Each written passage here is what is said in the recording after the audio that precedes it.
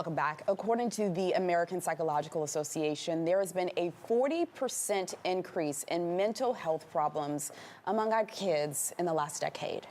But having words of encouragement from someone who's been there can go a long way. Here to chat about his new books for kids that he's written from his own experiences is local author Vincent Lanci. So welcome to the show. So great to have you here. Thank you so much for having me. I'm really excited to be here. Yeah, so I can't wait to find out more about you because you have written several books here. So let's start with how you got into writing. It wasn't what we would think, right? So kind of start with that story. Becoming an author was not always the plan. When I was 21, I was hit by an intoxicated driver leaving the bar while I was walking home. Had to relearn to walk and talk, and that shifted what I want out of life from a corner office, my finance degree, to the high salary, to just being unfulfilled and jumping into entrepreneurship, sharing my story as much as I can, writing some books, hosting some podcasts to make a difference. As I know, we're never alone. We all have a story to share. And now that's just extended to book coaching and podcast coaching, where I get to help people find their own voice like I've been able to do. Wow. Yeah. How long was that recovery journey for you, and then the time between you being fully recovered to writing your first book? Oh, I'm not sure it will ever be a full recovery, but from where it's at, I didn't notice a significant change in my memory for 6 years. Wow. I went to grad school, did all these things with, as I say, a half a brain, where my traumatic brain injury, my short-term memory is severely impacted. I was a student who can look over a piece of paper before a test and get a B, no problem, to a student who had to read, write, type over and over and over again, rewire my brain to retain just a little bit of that information. In graduate school, 3 C's and you're dropped no matter what. So there was a whole new work ethic that had to be instilled. And from there, that just drove right into entrepreneurship. Started speaking after being chosen as the MBA speaker for my graduate degree. I said, maybe I can do this for real. And I went out there, started sharing my story, just evolved into the books and then into the podcasts. And I'm not really sure what's next, but right now I'm focused on coaching with a huge passion, as you said, for school speaking.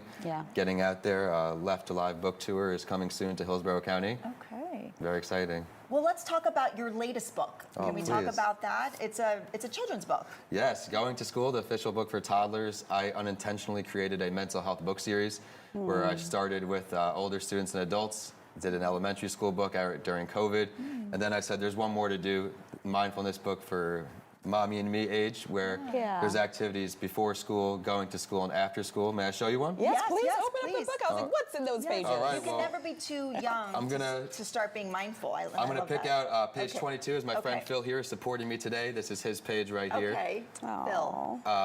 Turn it right there. That's perfect. Phil talks to his friends. As you can see, it's in English and Spanish with a hands-on activity at the bottom of each page. I want the kids to feel comfortable learning things that they're going to be doing every day because that's going to improve their confidence. And I wanted to take it one step further here at the end of the book. This book, because it's in 2 languages, I teach you how to write in English and Spanish. I conjugate each verb, each noun. I use every word, I, he, she, we, they. And I have charts in the back of the book here with each verb and each that I use. I hug, we hug, they hug, and then also in Spanish. And that's for each word in the book. So even, I hope, mommy and dad can also learn a little second language now. Still here in Tampa, I find in the schools a lot of bilingual students, and I feel a disadvantage because I can't make an impact and help as much as I could if I did speak 2 languages. So I'm a work in progress always. I've been taking Spanish lessons from a tutor in Colombia over the last 2 years, once a week. So I'm building these skill sets to make a bigger impact in my fields and set a better example. Well, that chart is very helpful. I might bring that home to my kids who are in Spanish right now. Yes, indeed. Yes, indeed. Can you talk about your first book? Did you bring that with you today? Which one was the first? First book is Left for Dead. That's a story really about who I am and what I went through. I started as a baby, introduced the world to who I am. And then there is a journal my mom kept as a traumatic brain injury survivor.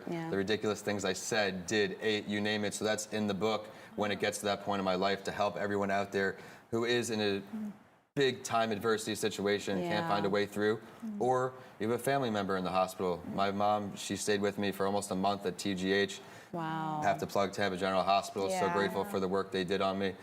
And it's a scary time. So for the time that I was alone, my mom was alone, I hope to make other parents feel not alone during a really hard time. Wow, that's beautiful. You is, have really just done so much with a horrible situation. So thanks for coming, sharing your story. Thank Incredibly you so much impressive. for having me. Yes. So if you'd like to learn more about these books, you can head to